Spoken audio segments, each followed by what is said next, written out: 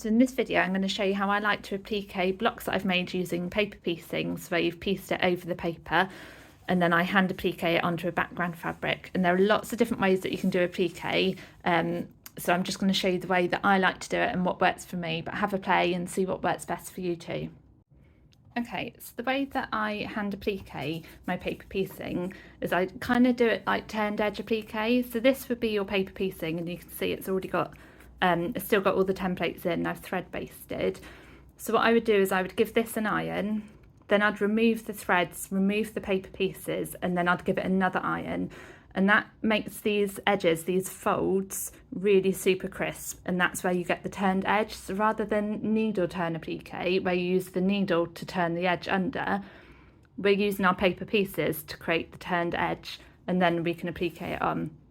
So the way that I do it, and again it's finding what works for you, is I'm going to use an Aurifil 50 weight thread, and I have used a milliner needle because I quite like, they're really long and really super sharp, and I just find that that's better for me when I'm stitching. And I've cut a length of thread kind of like an arm length, and you can see, if I can get that into focus, that I've just put a knot at the end of my thread there. And what I'm actually going to do is I've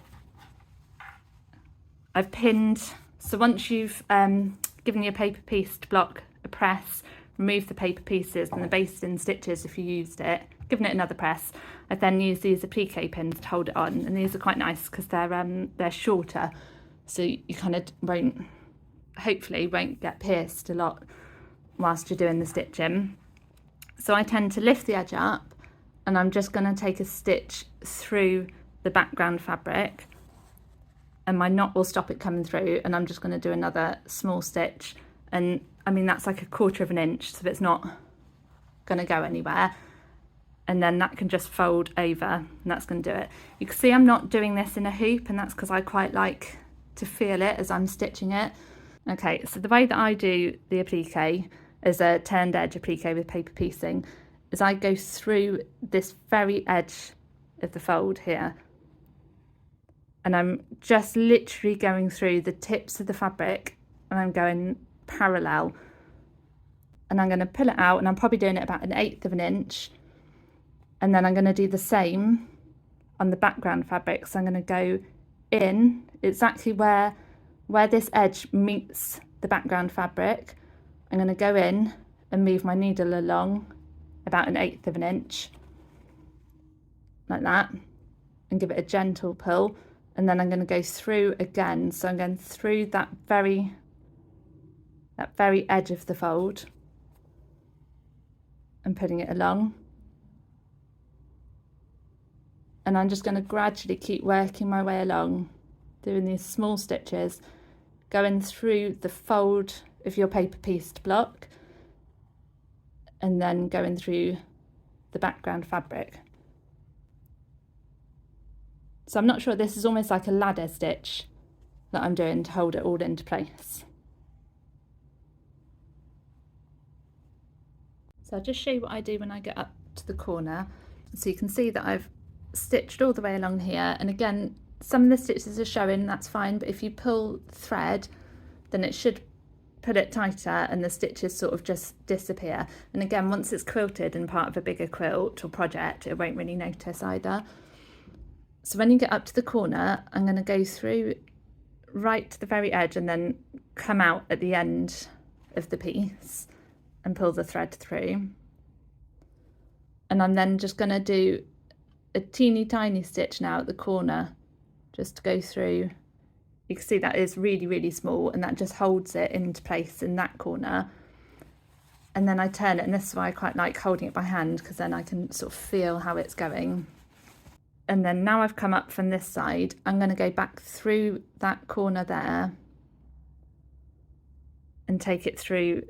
Again, I'm just doing a really tiny stitch just to really secure this corner and to make sure it's not going to come loose from the fabric.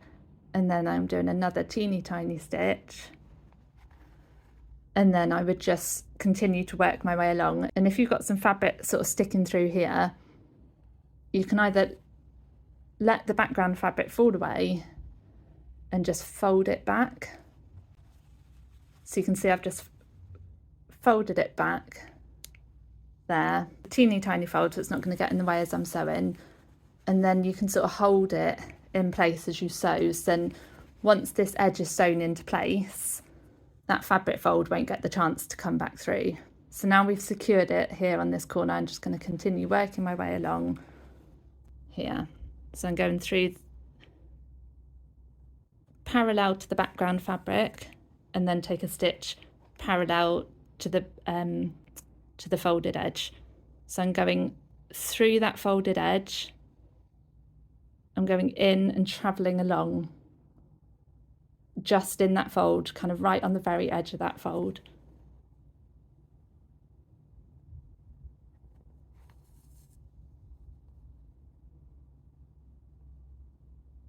And it might take a couple of goes just to really get it into that very edge of the fold.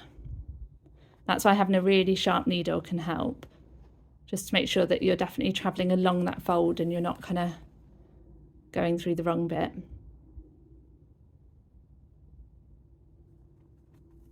And you can just gradually pull it as you go, and those stitches just disappear as that becomes appliqued onto your background fabric.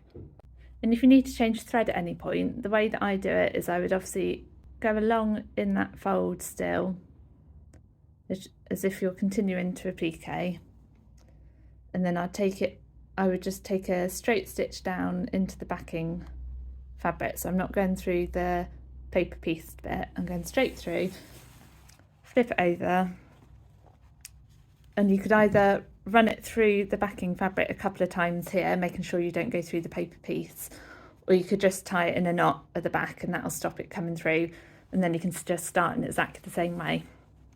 And you can see here from the back that those small stitches that you do that are just running parallel, they've sort of created the outline on the back, and then on the front, once it's all appliqued and you can give it a good press and your stitches have sort of blended in, and then that is how I would applique my paper piecing onto a background fabric.